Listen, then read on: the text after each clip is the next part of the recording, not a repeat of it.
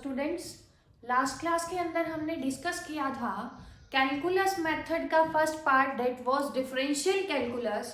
आज हम पढ़ने जा रहे हैं उसका second part that is integral calculus.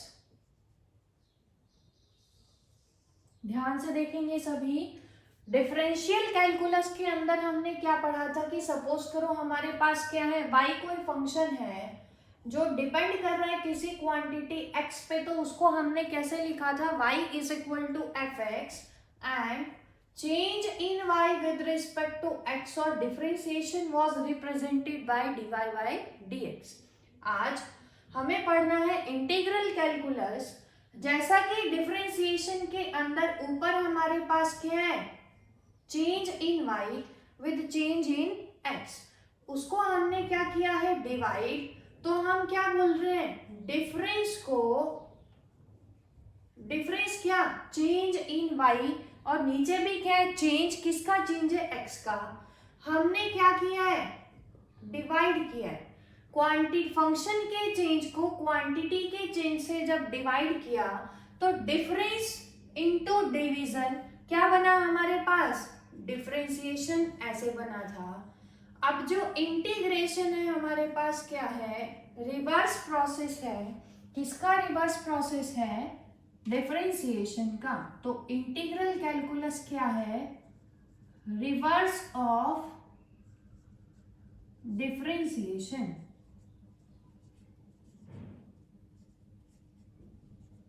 Reverse है, इसका मतलब क्या होगा, देखो डिफरेंस का रिवर्स क्या होगा, इसका मतलब यहाँ पे हम क्या यूज करेंगे, एडिशन यूज करेंगे। डिवीजन का रिवर्स क्या होगा, मल्टीप्लिकेशन होगा, तो उसको हम क्या बोलेंगे, इंटीग्रेशन। तो उसके अंदर हमने क्या किया था, एक बार फिर से बता रहे हैं आपको, dy by dx that is हमने चेंज को क्या किया, डिवाइड किया। चेंज क्या है, डिफरेंस को डिवाइड किया, तो एक टर्म बनी थी डिफरेंशिएशन। क्योंकि इंटीग्रेशन इसका रिवर्स है तो डिफरेंस की जगह क्या आ जाएगा, एडिशन आ जाएगा, डिवीजन की जगह क्या आ जाएगा, multiplication, and that is called integral calculus. इसको समझने के लिए हम एक एग्जांपल ले रहे हैं। फॉर एग्जांपल हमें क्या गिवन है, वेलोसिटी टाइम ग्राफ गिवन है किसी भी ऑब्जेक्ट का। सपोज कर रहे हैं ग्राफ हमें कुछ इस तरह का गिवन है। अब हमें से क्वेश्चन क्या पूछा हुआ है कि टाइम इंटरवल t1 से t2 के अंदर हमें बतानी है displacement of the object. Suppose कीजिए ये टाइम कितना है हमारे पास, t1, यहाँ पे टाइम कितना है, t2। इस इंटरवल के अंदर हमें क्या निकालनी है, डिस्प्लेसमेंट। हमने पढ़ा हुआ है वेलोसिटी टाइम ग्राफ के अंदर area under the graph, area under the graph किसको रिप्रेजेंट करेगा, डिस्प्लेसमेंट को। अब एरिया हमें कैसा, मैथ्स की फॉर्म में बात करें तो एरिया हमें किसका पता है, या तो ट्रायंगल का पता है या रेक्टेंगल का पता है। लेकिन ये जो कर्व है हमारे पास t1 से t2 के अंदर, ये ना तो कोई ट्रायंगल है ना कोई रेक्टेंगल है, तो इसका एरिया देखेंगे कैसे कैलकुलेट करेंगे। t1 से t2 का एरिया निकालने के लिए हम यहाँ पे क्या कर रहे हैं, t1 के पास हमने क्या ले लिया, एक और टाइम ले लिया। सपोज करो ये टाइम कितना है, t3। इस टाइम इंटरवल के अंदर, क्योंकि ये क्या है, टाइम बहुत स्मॉल टाइम है, t1 से t3 का टाइम ले लेते हैं कितना, dt। वर्टिकल हाइट किसको बता रही है, वेलोसिटी को। तो ये जो रेक्टेंगल बन गई अब हमारे पास, ध्यान से देखेंगे सभी, रेक्टेंगल का एरिया क्या आएगा, length into breadth that is v into dt। आगे सभी को समझ। ऐसे क्या करेंगे, हम पूरे एरिया को डिवाइड करेंगे स्मॉल इंटरवल्स के अंदर, तो हमें क्या मिलेगा, हर पार्ट का एरिया v इंटू dt। ऐसे ही इसका भी क्या मिलेगा, v इंटू dt। ये सभी क्या मिल रहे हैं हमें, स्मॉल एरियाज मिलते जाएंगे। तो टोटल एरिया क्या आएगा हमारे पास, v dt plus v dt plus v dt plus v dt। ऐसे कहाँ तक जाएंगे, अप टू टाइम T2 तक जाएंगे, क्योंकि हमें क्या निकालना है, total area under the graph from T1 to T2। तो इस तरीके से हम जब V into dt small areas को ऐड करेंगे सभी को, तो एडिशन के अंदर एक तो ये वाली फॉर्म मैथ्स में पढ़ी हुई है, दूसरा हमने मैथ्स के अंदर पढ़ा हुआ है समीशन, लेकिन यहाँ पे ना तो हम समीशन का यूज करेंगे ना इस टाइप से एडिशन का यूज करेंगे। एक नया सिंबल हम यूज करने जा रहे हैं, किसके लिए, इंटीग्रेशन के लिए।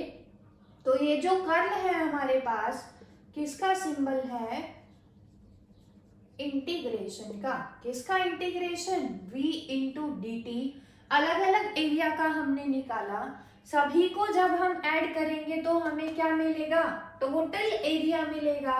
Velocity into d t, v is equal to किसके बराबर था, dx बाय dt।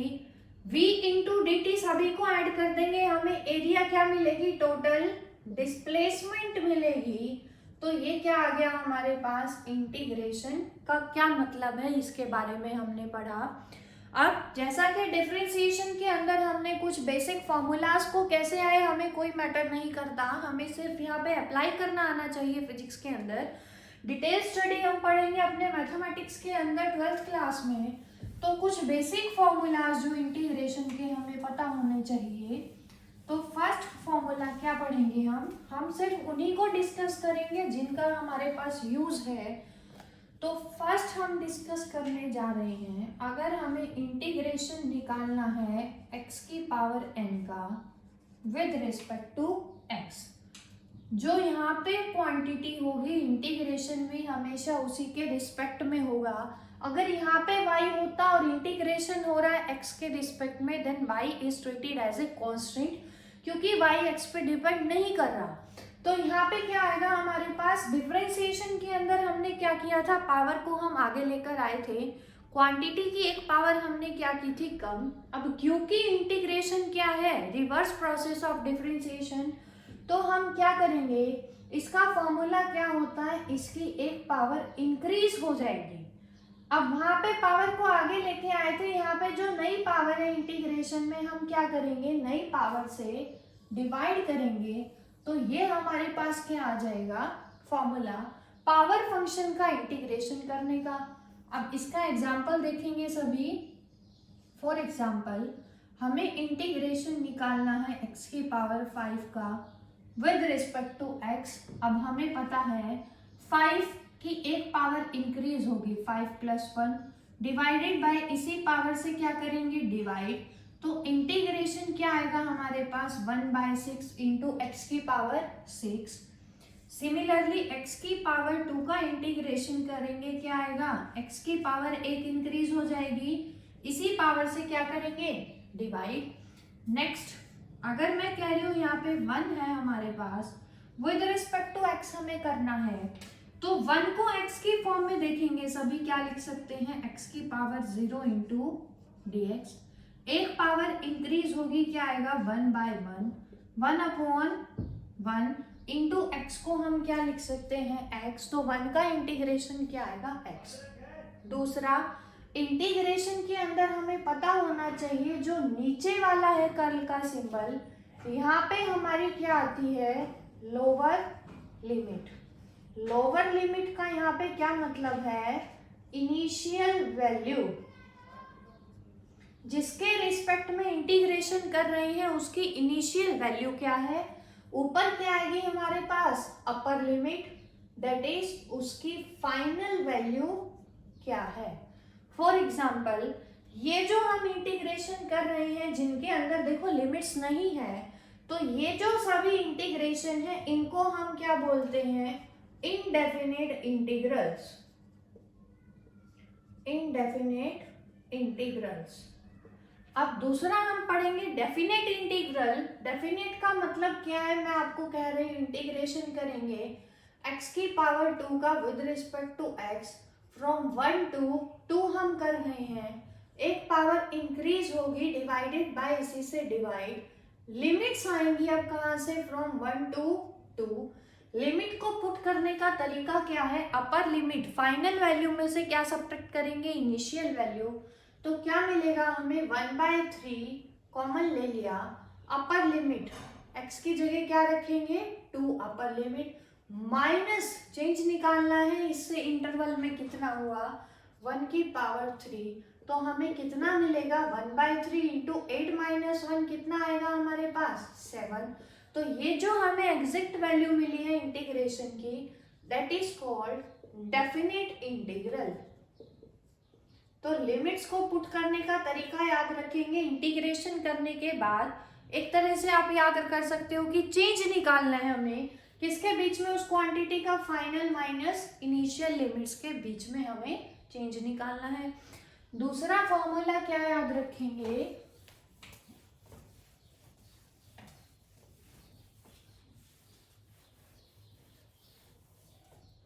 हमारे पास हमने पढ़ा था डिफरेंशिएशन के अंदर log x का क्या पढ़ा था हमने, डिफरेंशिएशन 1/x।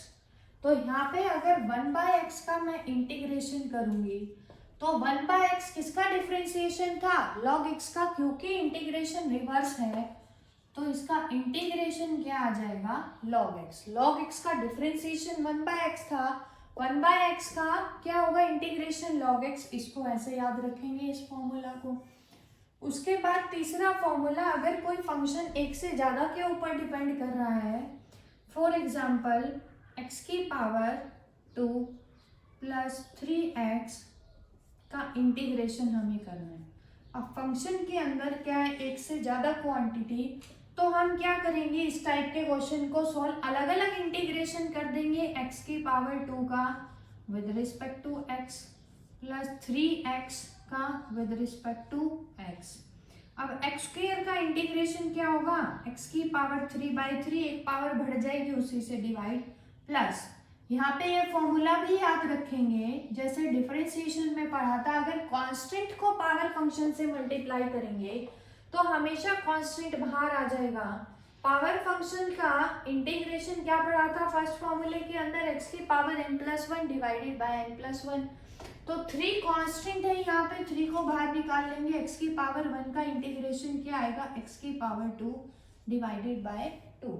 तो इस टाइप से क्वेश्चन आपसे नहीं पूछेंगे, पेपर में क्वेश्चंस नहीं पूछते, सिर्फ हमें क्या आना चाहिए, इनको अप्लाई करना आना चाहिए फॉर्मूलाज को।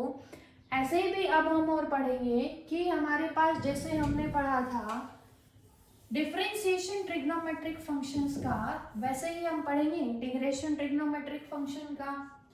तो सभी का फॉर्मूला आप लोग याद रखेंगे।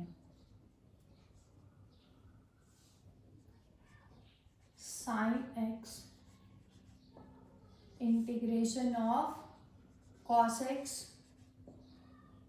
Integration of secant square x integration of secant x tangent x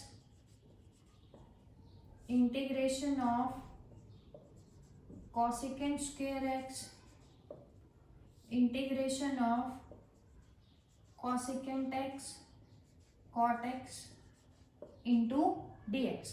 अब क्योंकि ये उल्टा है हमारे पास डिफरेंशिएशन का, sin x का किसका डिफरेंशिएशन था हमने पढ़ा था, अगर हम cos x का डिफरेंशिएशन करेंगे तो क्या आएगा हमारे पास माइनस sin x। तो क्योंकि ये रिवर्स है तो sin x का इंटीग्रेशन अब क्या आएगा minus cos x। cos x का इंटीग्रेशन याद रखेंगे सभी is equal to sin x।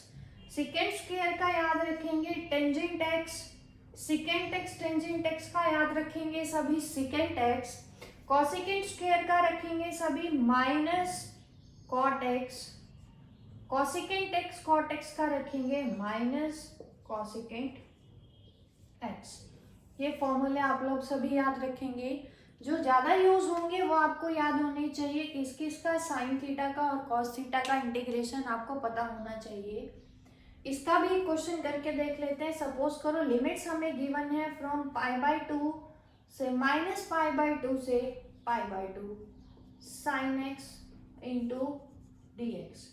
अब sin x का इंटीग्रेशन हमें पता है क्या होगा माइनस cos x। अब लिमिट पुट करेंगे फ्रॉम -π/2 टू π/2, लिमिट्स पुट करेंगे, क्या आएगा हमारे पास, माइनस को मैं बाहर कॉमन ले रही हूँ, कॉस एक्स की जगह अपर लिमिट रखेंगे, क्या है अपर, π/2 माइनस लोअर लिमिट क्या आ जाएगी, -π/2।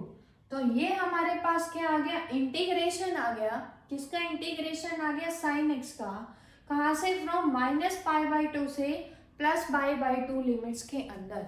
आप सभी को सिर्फ इन्हीं बेसिक फॉर्मूलाज की, एक तो पावर फंक्शन का याद रखना है, दूसरा साइन एक्स और कॉस एक्स का इंटीग्रेशन याद रखेंगे, और इन्हीं से रिलेटेड एक्सरसाइज को आप प्रैक्टिस करेंगे। आगे के वीडियोस के लिए चैनल को सब्सक्राइब करें। Thank you very much.